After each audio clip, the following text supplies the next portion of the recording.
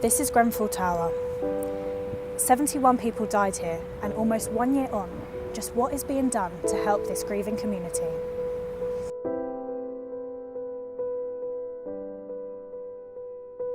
I'm Lauren Stanley, and in this documentary I'm going to be speaking to people from the community and people that are helping to bring back normality to the residents' lives.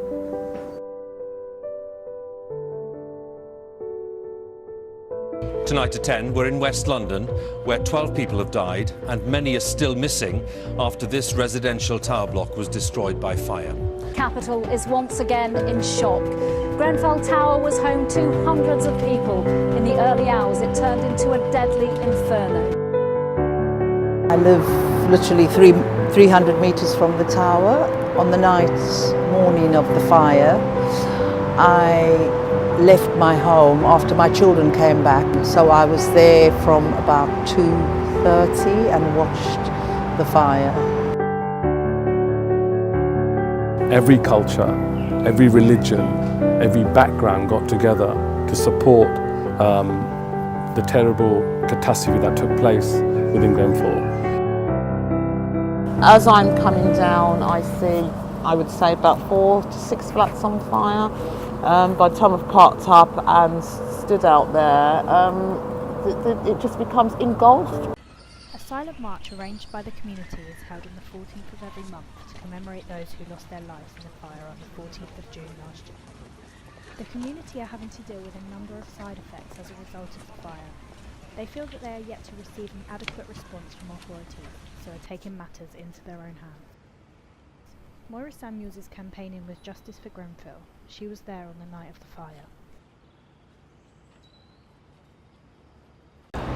The silent march is, as long as the community feels, we need to remember and honour those 72 people who died in the fire, and that's really, really important. It's important for us as a community, especially bereaved families, and it's important because it actually means that the whole of London come out and remember those people, and it can feel that actually we've been forgotten, and that everything's been sorted, but it hasn't.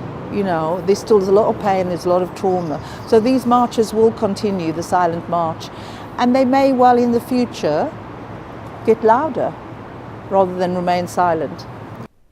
So why has the silent march proved to be so powerful? I spoke to Yvette Williams, who's helped organise the marches. So it's a space to think, but it's a certain amount of disruption, but it's also about kind of knowing that we're there and we're present and we're standing. I think it's also really important to know that how the North Kensington community reacts on the night is nothing new and surprising. I think, Notting Hill, Laverick Grove, North Kensington, Latimer, whatever you want to refer to it as, has that history of kind of struggle and looking after our own anyway. It was becoming clear to me that there had always been a strong bond between the residents here, but the fire at Grenfell made it stronger. Having spoken to members of the North Kensington community, they all agree that the area has faced a disconnect between residents and the government for a number of years, and standing up for themselves was nothing new. Dr. Talwar is the director of a locally run foundation, the Unity of Faiths. Every background got together to support the terrible catastrophe that took place within Grenfell. They had seen firsthand how officials could not get to the aid of the people, and they had to take everything on their own to basically support those people on the night and still 10 months later. We had been raising a lot of these issues. Those of us who were on the ground campaigning before, been active before, we'd raised issues relating to actually what was happening to social housing in the area, whether it's Silchester, it's Grenfell, whether it was the shutting of our nursery, Maxilla here, trying to actually fight for resources for our community. I mean, all the way through, the residents have been pretty much ignored, and yet they're the ones most affected.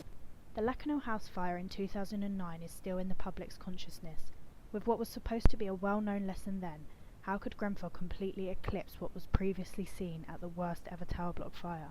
I spoke to Terry Edge, a fire safety expert, to get a better understanding of why residents feel that they are being failed by their council. However, it's not just the residents of Kensington and Chelsea that feel ignored.